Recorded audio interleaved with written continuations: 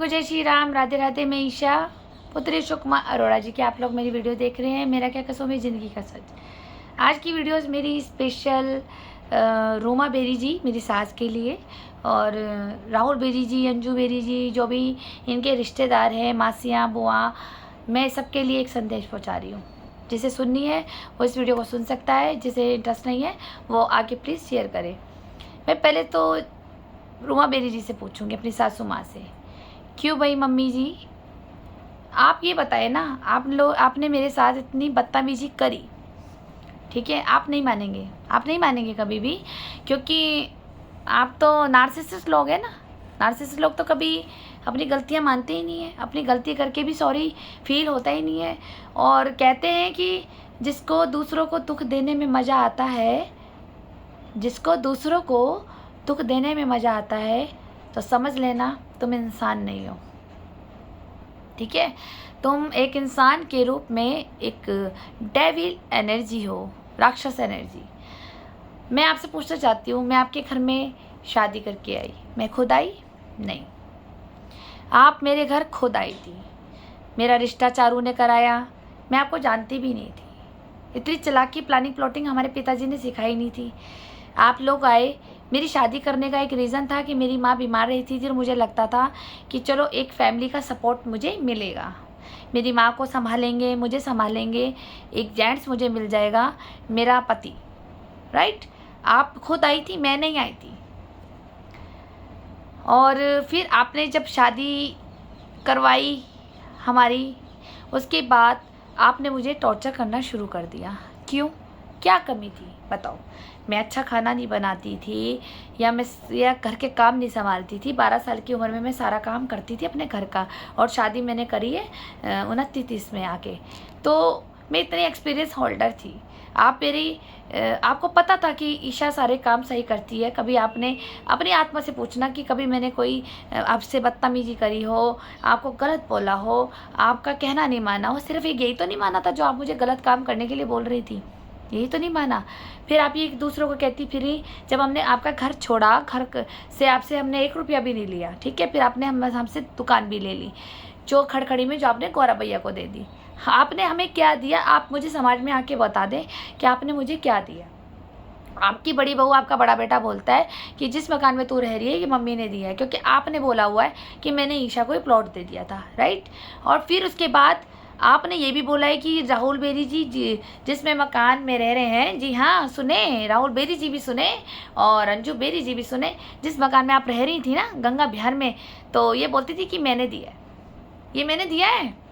पता नहीं, मुझे तो समझ नहीं आता, तुम्हारे पिताजी क्या इतना कुछ प्रॉपर्टी बना गए थे कि तुम्हें इतना बड़ा घर दे गए, मुझे भी इतना बड़ा घर दे गए, एक गौरव बेरी जी को नहीं दिया? क्यों भाई? उससे दुश्मनी थी? बेटे तो फिर तीनों थे ना बाप के बराबर। पर मैं इनकी चाल सारी समझती थी, ये दुनिया में कहती फिरती थी। इन्होंने मेरे रिश्तेदारों को, मेरी फ्रेंडों को भी बोला है आपके लिए कि मैंने बड़े बेटे को वो वाला मकान दे दिया, ईशा को ये दे दिया, गौरव को मैंने वो दे दिया, और मेरे मरने के बाद गौरव ये वाला लेगा जिसमें मैं रह रही हूँ, जिसमें कि मकान काके ने बनाया है। अब मैं अपनी सास से पूछूं, तुम इतना झूठ बोलती हो, कहाँ जाओगी कर्म लेके अपने? फिर उसके बाद आप बोलती हो कि ईशा ने लव मैरिज करी है। दूसरा झूठ पे झूठ बोलती है कि ईशा ने तो लव मैरिज करी है, मैंने इसलिए घर से बाहर निकाल दिया, मुझे पसंद नहीं थी, ये मेरी इससे जवान जोड़ी चलाती थी। क्यों भाई? गलत काम करने के लिए कहोगी, बहू जवान जोड़ी नहीं चलाएगी तो क्या करेगी? क्या करेगी? तो मैंने आपका कहना नहीं माना। अब आप ये कहती हो मेरा बेटा ले गई। तीसरा पॉइंट, मेरा बेटा ले गई। तो भाई मैं तो कहती हूँ अपना बेटा तो खुद ले लो, आप ले लो ना। ये तो आपके बेटे के साथ मैं गुजारा कर रही हूँ, आपका बेटा मुझे गुजारा नहीं कर रहा। और जो ये लोग बोलते हैं ना, अरे कितना अच्छा पति है तुझे, राम मिला है, तो मैं कहती हूँ ये राम तुम ले लो।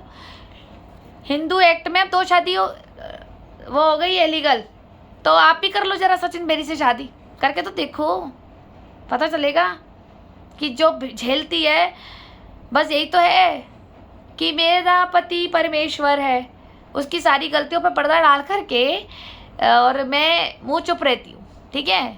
वो किस तरह से मुझे नार्सिसिस्ट मिला है, मुझे पता है कि मैं उसको कैसे बर्दाश्त करती हूँ। वो देखने में सीधा दिखता है, पर इससे बढ़िया एक अच्छा मेरे को जुआरी और शराबी मिल जाता ना, और एक लड़ाकू विमान मिल जाता जिसके दिमाग में हमेशा क्रोध चढ़ा रहता है, मैं उस पति के साथ भी खुश रहती। लेकिन एक आधे पागल के साथ और एक हाफ माइंड के साथ नहीं रहा जा सकता। मैं सरकार से कह सकती हूँ कि आप मेरे पति की आप माइंड से जांच करा सकते हैं और मेरी भी कराए। मैं उन औरतों को संदेश दे रही हूँ, उसमें मेरी सहेलियाँ भी है कि अरे तेरा पति तो बहुत अच्छा है, तुझे तो औलाद नहीं हुई है तो देख फिर भी तुझे रखा हुआ है। तुम क्या चाहते हो कि जिसे औलाद नहीं होती उनके पति जूते चप्पल मार के बाहर कर देना चाहिए, या तुम्हारी तरह 4 बच्चे पैदा कर लूँ और फिर घर चलाने के लिए 4 आदमियों से मुंह मारूं कि घर में राशन कम पड़ता है यार,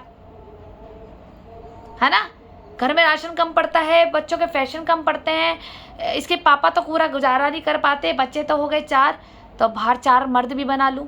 तुम्हारी जैसी नहीं है ईशा, समझ गए? ठीक है, मेरे साथ एक ट्रेजेडी हुई है जिसके कारण मुझे बेबी नहीं हुआ है, और ऑटोइम्यून डिजीज़ में बेबी जो होता है वो एक तरह से डिफेक्टेड पैदा होता है। आप SLE में जांच कर सकते हैं, जो मेरी ये वीडियोस देख रहे हैं, कि SLE में अगर बेबी कंसीव होता है तो वो डिफेक्टेड पैदा होता है। और मान लो मैं पैदा कर लेती उसको, तो मैं अगर उसके पास आंखें नहीं होती या हाथ नहीं होता, कोई अंग से वो डिफेक्ट होता, तो मेरे लिए तो वो भी ज़िंदगी बेकार थी ना, तो मैंने चांस नहीं लिए।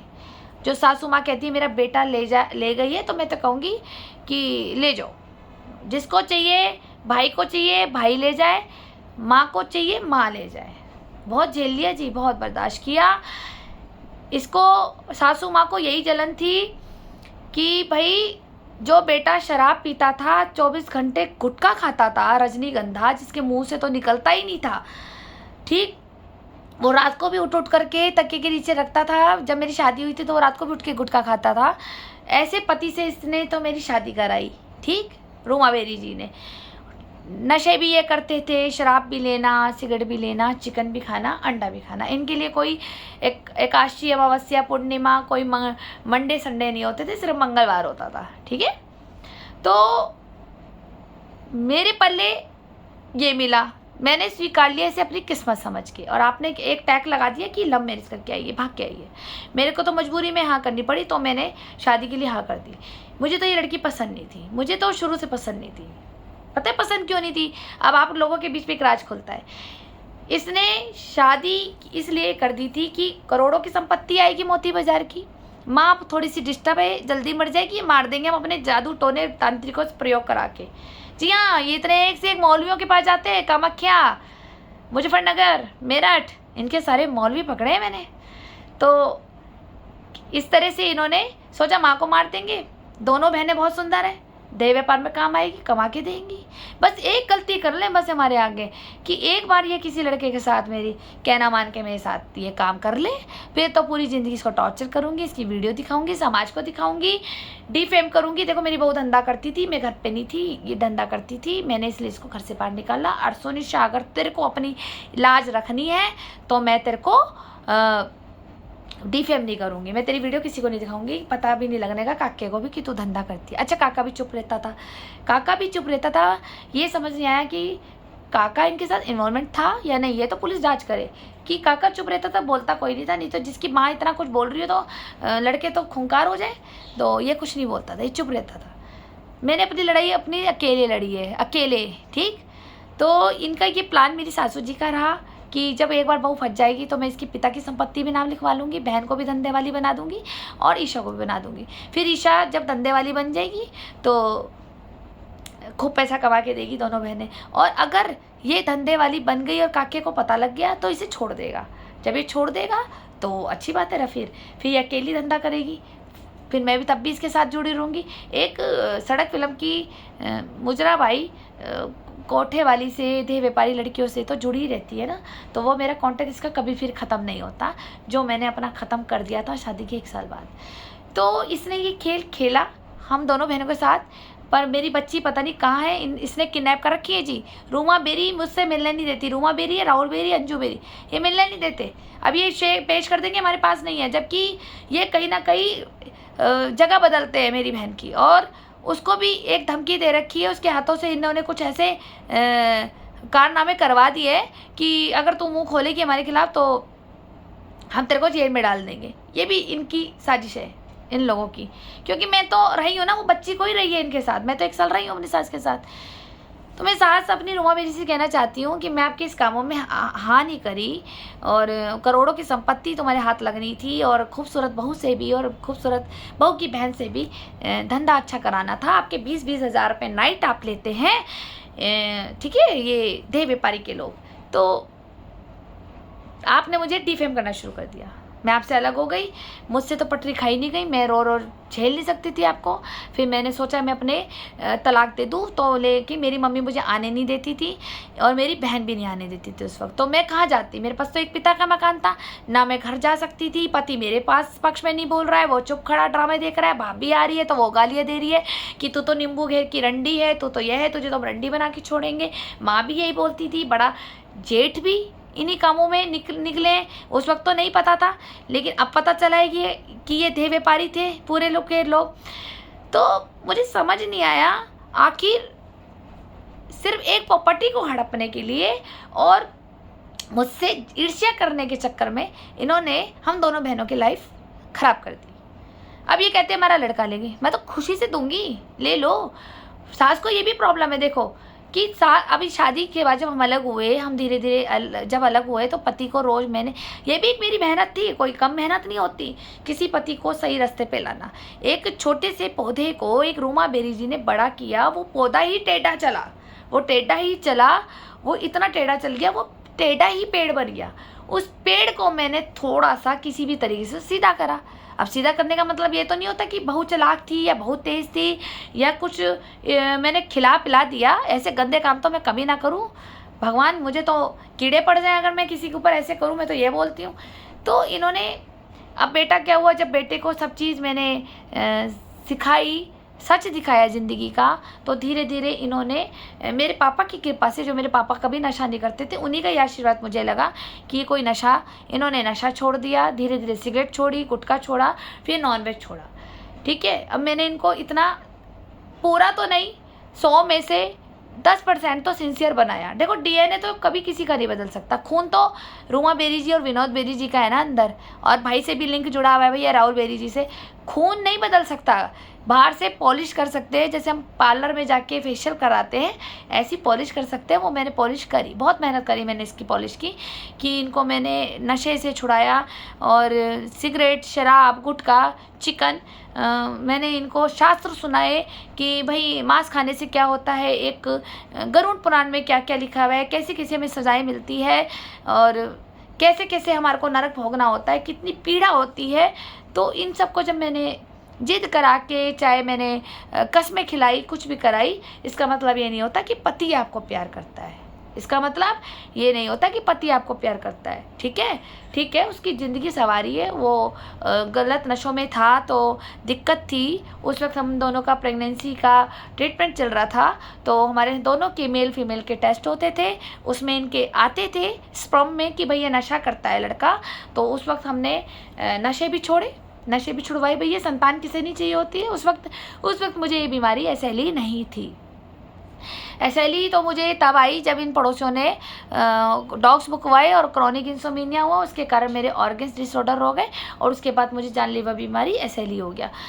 लेकिन उससे पहले जब मेरा ट्रीटमेंट चल रहा था प्रेगनेंसी कंसीव करने के लिए, तो उसमें मेरे हस्बैंड के स्पर्म में ये चीज़ें आती थी कि ये नशा करता है। तो हमने नशे इसके छुड़वाए कैसे भी करके, भाई जिद करके, कसम दे के, पापा की कसमें दे के, मैंने इसको प्यार से फुचकार के, डांट के, चिल्ला के, बहुत मेहनत करी मैंने, जो ये नशा छुड़वाया। और एक मैं रूमा बेरी से कहूँगी, आपने मुझे एक लड़का नहीं, मुझे एक जानवर दिया था। ठीक है, एक जानवर दिया था, मैंने इस जानवर को पूरा तो नहीं चेंज कर पाई, लेकिन इंसान बना दिया।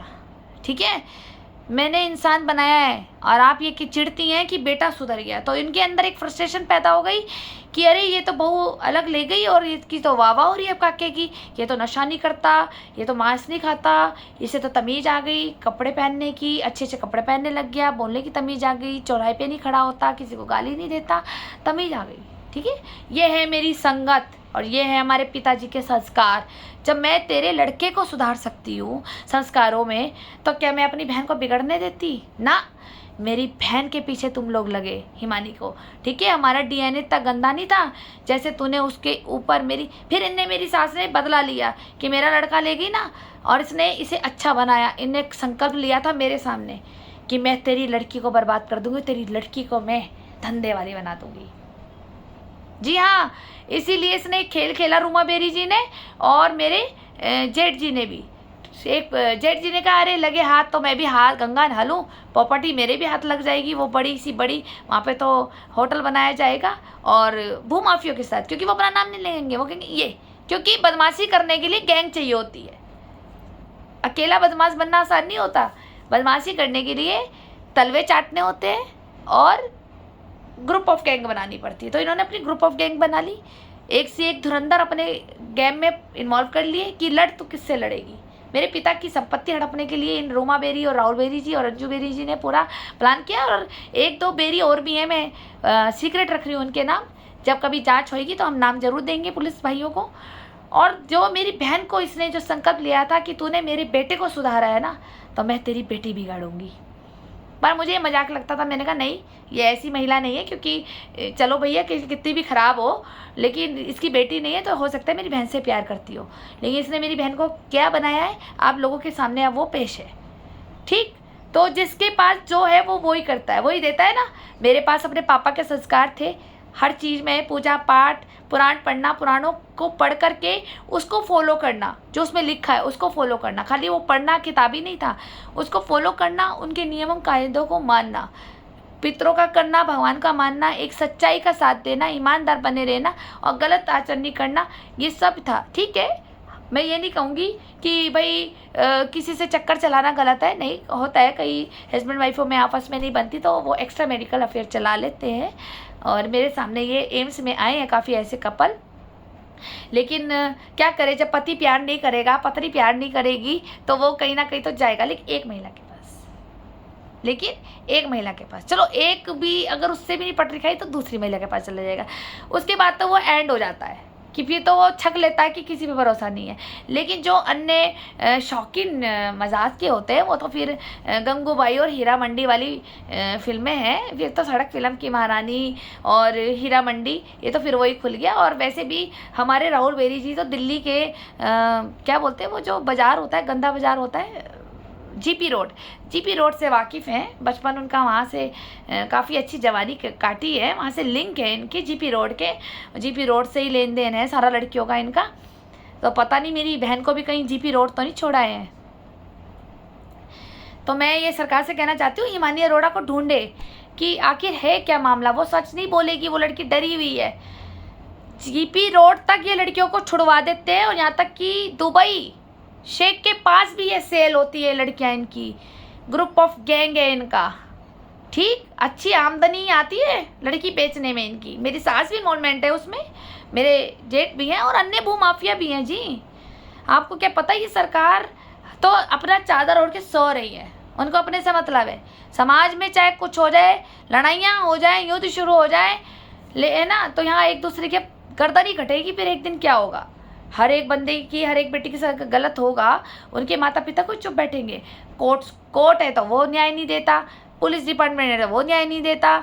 ठीक है, मतलब अगर हमने अपनी शिकायत दर्ज करानी है तो हमें कोई ना कोई राजनीति से जुड़ना जरूरी है। मैं समझ गई, यानी कि हमें तल्लू चाटू बनना पड़ेगा, तब जाके हमारी पुलिस डिपार्टमेंट मदद करेगी, वरना आप तल्लू चाटू नहीं हो तो फिर आपको कोई अधिकार नहीं है आप चौकी में आए। तो एक आधार कार्ड एक तल्लू चाटुओं को भी बना दें कि हम तल्लू चाटू हैं, हमारे लिंक जोड़े जाएं, हम तल्लू चाटू हैं तो हमारी सुनवाई हो जाएगी, और अगर हम तल्लू चाटू नहीं है तो आपके लिए कोई इंसाफ नहीं है। वो अपने आप आत्महत्या कर ले, जहर खा ले, उनके लिए आप एक सरकार जहर दे दें कि जहर खा लिया करे खुद। मैं सरकार से ये कहूँगी।